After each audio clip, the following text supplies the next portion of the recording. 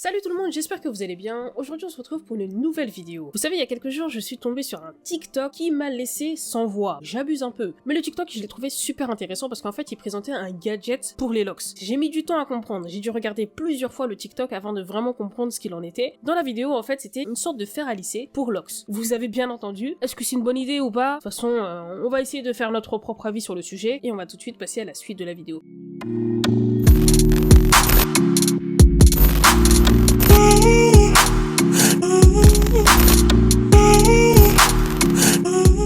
Du coup, comme je vous le disais tout à l'heure, le gadget en question, c'est une sorte de fer à lisser qui se présente comme ça. Vous tombez sur un produit comme ça, vous vous dites pas que c'est pour les locks. Donc là, ce que je vais faire, c'est que je vais tout de suite retrouver la vidéo YouTube. Je vais vous la mettre juste ici, donc je vais me décaler un petit peu sur la gauche. Du petit gadget, en fait, ils l'ont appelé le Lock Groomer. C'est de la marque McGriff. McGriff. Je vais directement aller sur le petit coin intéressant. Oil melts.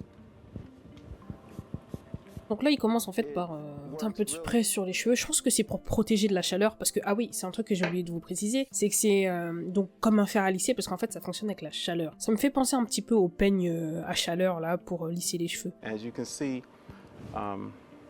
there is some Vous voyez en fait tous les petits cheveux là qui dépassent de la locks, c'est quelque chose qui est complètement naturel, c'est un phénomène naturel. Même moi, même si de loin vous ne voyez pas forcément que j'ai des petits cheveux qui dépassent, si je me rapproche un petit peu comme ça... Je sais pas si vous le voyez, mais j'ai quand même quelques petits cheveux qui dépassent, des petits chichis comme ça, qui vont un petit peu dans tous les sens. Au tout début, lorsque j'ai commencé mes locks et que j'ai commencé à voir qu'il y avait des petits cheveux qui dépassaient de mes locks, je savais pas en fait que c'était quelque chose qui était totalement normal. Et quand je voyais des photos du coup sur Instagram, sur des vidéos sur YouTube et tout, etc., moi de loin je voyais que leurs locks étaient complètement parfaites, elles étaient toutes lisses. J'étais convaincue qu'ils n'avaient pas tous ces petits cheveux qui dépassaient des locks. Et la solution que j'avais trouvée pour pouvoir faire rentrer les petits cheveux, même si ça ne les faisait pas rentrer complètement, c'était de faire du palm rolling. Tu humidifies un petit peu tes cheveux, tu mets la locks entre les deux paumes de tes mains et tu frottes, comme ça. Je te préviens, ça fait super mal au bras. Après, effectivement, ça enlève bel et bien les petits cheveux qui dépassent, mais moi, c'est vraiment pas un truc que je conseillerais de faire. Lorsque vous utilisez des fers à lisser, des sèche-cheveux, etc., on vous dit souvent de faire attention et de pas en abuser. Au fur et à mesure que vous allez les utiliser, ça peut effectivement assécher votre cheveu, le fragiliser, etc., voire même l'abîmer. Mais bon, continuons la vidéo. Over the turning, I'm making sure that it's turning as it's being packed and smooth. And if I hold it down here and I try to turn it, then I don't have l'autre chose qu'on remarque, c'est que du coup, en même temps qu'il passe le fer, il tourne la locks pour avoir donc la forme circulaire et tout, pour que ça, le fer passe vraiment partout. Moi je trouve ça vraiment dommage parce que en vrai, avoir des locks, c'est vraiment, comment dire, c'est une coiffure où tu laisses place à la nature. Dans le sens où la majorité du temps, tu vas laisser tes cheveux faire, tu vas laisser la nature faire les choses pour toi. Même si tu vas avoir un certain contrôle sur l'entretien de tes locks et tout, etc. Les reprises que tu peux faire et tout. Je pense que c'est un parcours qui est plutôt intéressant parce que en fait, tu t'apprends à connaître ton cheveu, tu apprends à l'aimer, peu importe la forme qu'il peut avoir, même si tu l'aides un petit peu à avoir une certaine forme, tu crées un lien avec ton cheveu que tu n'avais pas forcément avant, peut-être que tu l'avais déjà avant, mais moi je sais que quand je suis passée donc au mouvement nappy, j'ai commencé à avoir un lien plutôt particulier avec mes cheveux, j'ai commencé à apprendre à les connaître et tout, etc. Quand j'ai commencé à avoir des locks, ça a été un level totalement différent, parce que là en plus j'avais une gueule, mais pas possible, parce que mes locks ça allait dans tous les sens, il fallait que je commence à apprécier mes cheveux comme ils étaient, et je trouve que ça a été un parcours qui était plutôt intéressant. Mais là en l'occurrence pour ce type de gadget, je trouve que en fait tu mets de côté cette partie un petit peu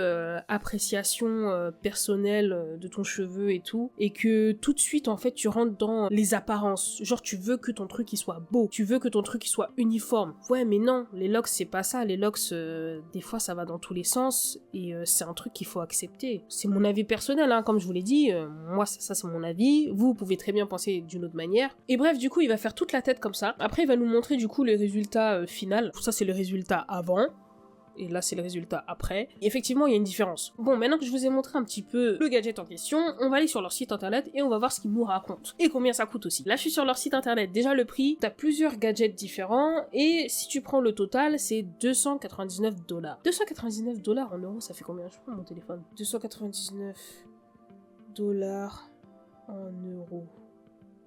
Hop. Ça fait 274 €. C'est cher quand même, hein.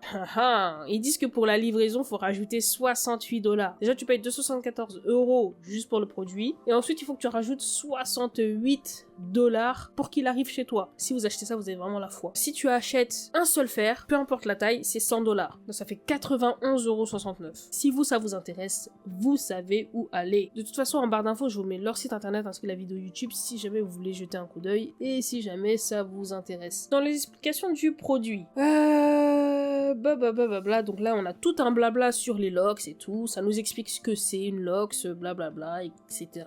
Où est-ce que c'est né. Ok, du coup là ils disent, bon là je vous le dis avec la traduction, hein. En fait ils expliquent que tous les petits cheveux qui dépassent de nos locks sont en fait un problème esthétique. Et ils disent que du coup, le fait qu'il y ait beaucoup de petits cheveux qui dépassent donne une apparence méchante. Bon, après, c'est la traduction du terme dreadlocks. Donc, ça donne une apparence méchante, négligée et non soignée. Moi, j'ai des petits cheveux qui dépassent de mes locks et c'est pas pour autant que je les considère comme étant non soignés. Chacun a sa petite définition du truc. Ils disent ensuite que le lock groomer original de McGriff empêche ce problème de se produire. Je dirais pas que c'est un problème, hein, les petits cheveux qui dépassent. C'est normal en fait. Ça va dans la forme normale d'une locks. Après, bien évidemment, il faut bien faire vendre le produit, donc forcément, il faut bien pointer du doigt quelques petits éléments. Il faut te donner envie de l'acheter en fait. Il faut te donner une raison de l'acheter. Le lock groomer original de McGriff guérit les dreadlocks en éliminant les cheveux crépus, gonflés et ternes qui sont autour. En conséquence, cela vous permet d'avoir une coiffure dreadlocks saine et esthétique. D'où le fer à lisser en question que tu vas utiliser va te permettre d'avoir des locks saines. La chaleur. Combien de fois on a entendu dire comme quoi la chaleur n'était pas bonne pour les cheveux? Il faut éviter de faire trop de fer à lisser, trop de sèche-cheveux. Certes, ton cheveu il a l'air plus clean visuellement parlant vu qu'il n'y a rien qui tourne autour, mais ça te donne pas un cheveu sain. Là, je suis d'accord sur cette phrase lorsqu'ils disent que ça traite spécifiquement le côté esthétique de la locks. Ça, je suis tout à fait d'accord.